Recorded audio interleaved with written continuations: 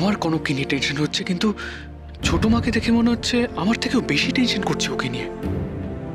শুধু আজকে কনকের ব্যাপার নিয়ে নয়, ইদানিং অনেক ছোট ছোট ব্যাপারেও ছোট মা খুব টেনশন করে। কেন? আমি টেনশন করলে সবসময় ছোট মা আমাকে সবার আগে বুঝিয়ে শান্ত করেছে, কিন্তু আজ কোনো কথাই বলছে না। অদ্ভুত লাগছে। এভাবে তো আমার আরো টেনশন হচ্ছে।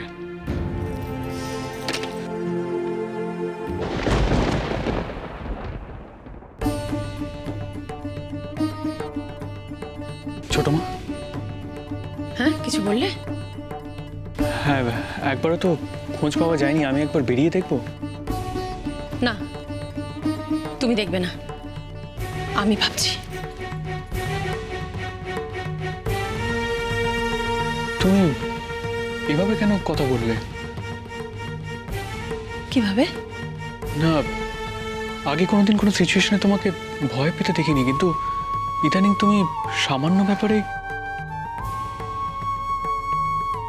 তুমি বিশুকে একটা ট্রাই করো তো, সাতকি। অব্রওয়ালিরা ট্রাই করে যাচ্ছে ছোট মা।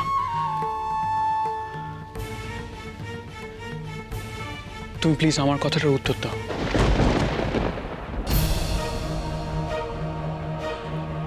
এমন কি হয়েছে যার জন্য তুমি এতটা? সব কথার উত্তর সবসময় দেওয়া যায় না, সাতকি। আগে কনকের ব্যাপারটা মিটুক। আমি জানি, কিন্তু তোমার মুখ দেখে মনে হচ্ছে এই নিয়ে আর কোনো কথা হবে না, সাতকি। সব কথার একটা নির্দিষ্ট সময় আছে, সে সময়ের জন্য অপেক্ষা করতে হয়। অপেক্ষা করো।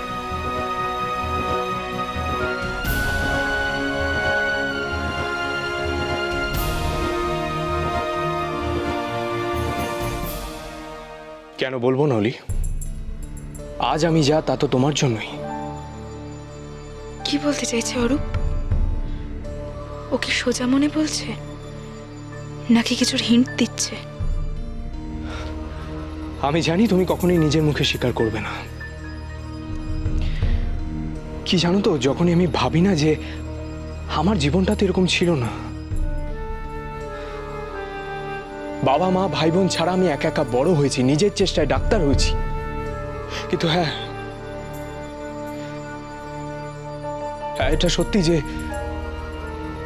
আমার মনের কোণে যত্নে লালন করা একটা স্বপ্ন ছিল।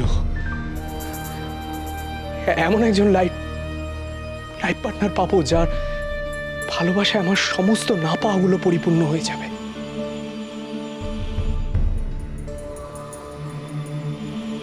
অরূপ, অরূপ, তুমি এই সমস্ত কথা এখন কেন? আমার স্বপ্ন পূর্ণ হয়েছে সত্যি, তবে সেটা তোমার দেওয়ার যন্ত্রণায়।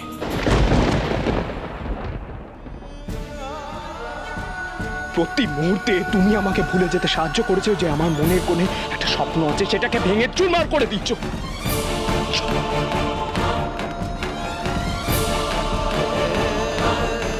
তুমি আমাকে এখনো ক্ষমা করতে পারোনি অরূপ? তুমি কেন বলতে পারছো না আমার ভুলগুলো? আমি বলতে চাই অলি, বিশ্বাস করো আমি বলতে চাই। সারাদিন এই কাজের চাপে বাড়ির সবার মাঝখানে থাকলে আমি ভুলেও যাই। যখনই মনের মধ্যে আসে না, তখন আমি দূরে সরিয়ে দিই আবর্জনার মতো, কিন্তু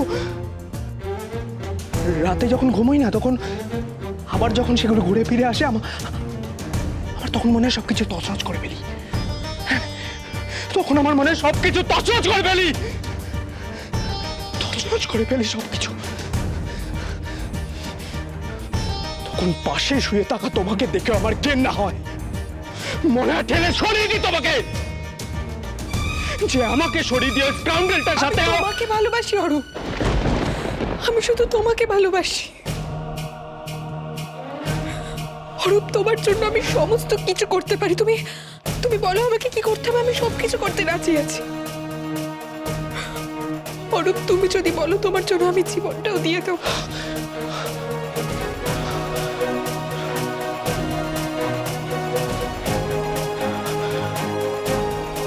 তোমাকে জানিয়ে পরীক্ষা নিলে তো তুমি সাবধান হয়ে যাবে অলি। আমি অপেক্ষা করছি এমন একটা পরীক্ষা নেবে বলে, যার রেজাল্টে সত্যিটাই শুধু সামনে আসবে। মানে এভাবে কতদিন চলবে তিস্তা? আজ তো ব্যাপারটা তুই আমার উপর দিয়ে চালিয়ে দিলি, কিন্তু সত্যি কথা একদিন ঠিক বেরিয়ে যায়। আমি বুঝতে পারছি না এসব বলার দরকার কি ছিল। যেটা সত্যি সেটা বলে কি প্রবলেম হতো? প্রবলেমটা আমার হতো না, প্রবলেমটা কনকের হতো। তাতে তোর কি? ও তোকে ইনসিস্ট করছিল তো কুটুর মায়ের নাম জানার জন্য। হ্যাঁ, আমিও প্রায় সত্যিটাই বলে ফেলছিলাম। তারপর তুই ডাহা মিথ্যে কথা বললি। আমি কিন্তু সত্যিটা বলতে চেয়েছিলাম, পারলাম না। আসলে আসলে ভালোবেসে স্যাক্রিফাইস করা কাকে বলে এটা না আমি কনকের কাছ থেকেই শিখেছি। ওই আমায় বুঝিয়ে দিয়েছে যে কোনো মানুষকে আগলে রেখে ভালোবাসা জাহির করা যায় না। আর দেখ, লাইফে জোর করে কারোর ভালোবাসা পাবার থেকে ভালোবাসায় স্যাক্রিফাইস করা অনেক বেশি সুখের নয় কি? এটা তো সেরকম ব্যাপার হলো। ভালোবাসা না পাওয়ার থেকে ভালোবাসা পেয়ে হারানো অনেক বেটার। ঠিকই বলেছিস। ভাব না, এমন কত মানুষ আছে যারা সারা জীবনে কারোর ভালোবাসা পায় না। কত আনলাকি তারা। তার থেকে তো আমি মানি না। জুই, আমি ঠিকই শিখেছি, যেদিন তুই নিজেকে আমার জায়গায় বসাতে পারবি তুইও বুঝবি। আমি তোর মতো মহান হতে পারবো না। এখানেই তো ভুলটা করছিস। আমি মহান হয়ে কিছু করছি না। আমি যা করছি সেটা আমি বাস্তবটাকে বুঝি বলেই করছি। দেখ না, যেদিন আমি প্রথম বুঝলাম যে সাত্যকী আমাকে আর ভালোবাসে না, আমার খুব রাগ হয়েছিল। আমার মনে হয়েছিল যে আমার নয় আমি তাকে আর কারুর হতে দেব না। কিন্তু আমি তো বারবার চেষ্টা করেও কনকের থেকে সাত্যকীকে দূরে করতে পারিনি। আচ্ছা, তো কনককে দেখলে মনে হয় না যে ও... এই কথাটা আমারও মনে হয়েছে যে এই মেয়েটার মধ্যে এমন কি আছে যেটা আমার ভেতরে নেই। কিন্তু জানিস তো জুই, ওর ইনোসেন্সটাই হচ্ছে ওর অ্যাসেট। কোনো সময় মেয়েটা ধৈর্য হারায় না। আর তাই সময় বারবার প্রমাণ করে দিয়েছে সাত্যকী শুধুই কনকের। আর তুই হার মেনে নিলি? হ্যাঁ, আমি হার মেনে নিয়েছি ওদের ভালোবাসার সামনে। আর তোর ভালোবাসাটা সেটা ভাবলি না? কেন চোখ সরাচ্ছিস? আমার দিকে তাকাও, তাকাও। তুই কি নিজের কথা ভাববি না? এখন আর কিছু ভাবি না। তুই অন্তত কুটুর ভবিষ্যৎটা ভাববি না? দেখ, স্যাক্রিফাইস জিনিসটা শুনতে ভাল লাগে, কিন্তু সেটা করাটা কখনো কখনো বোকামি হয়। আর তুই যাকে ভালোবাসিস ওই সাত্যকী এখনো বাসি। সরি টু সে, লোকটা কিন্তু একদমই সুবিধের না। জুই, তুই যাকে চিনিস না জানিস না তার ব্যাপারে এভাবে কথা বলছিস? দেখেছিস তো, তুই ওকে এখনো অন্ধের মতো ভালোবাসিস। ও তোকে ঠকিয়েছে, তোর ভালোবাসা নিয়ে খেলা করেছে। জুই, আর একটাও কথা নয়, আর একটাও কথা। কেন কেন কেন আমি চুপ করবো? তুই কুটুর মা হিসেবে নিজের পরিচয় দিতে পারিস না, ওর বাবার পরিচয় দিতে পারিস না কেন? কারণ তুই ঠকেছিস। ও আমাকে ঠকায়নি, ও চিট করেনি আমার উপরে। আমাকে ভালোবাসতো, নিজের সবটা দিয়ে ভালোবাসতো। আর আমাদের সেই ভালোবাসারই সাক্ষী গুড্ডু, আমার আর সাত্যকীর ছেলে।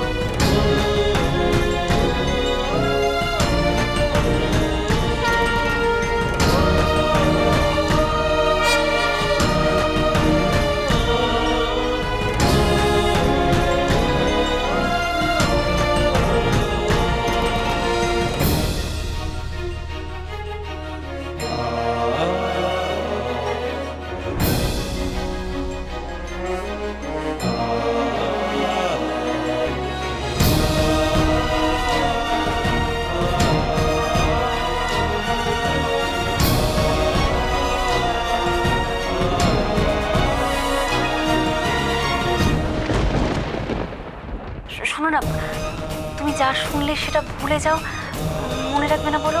আমি রিকোয়েস্ট করছি, কোনো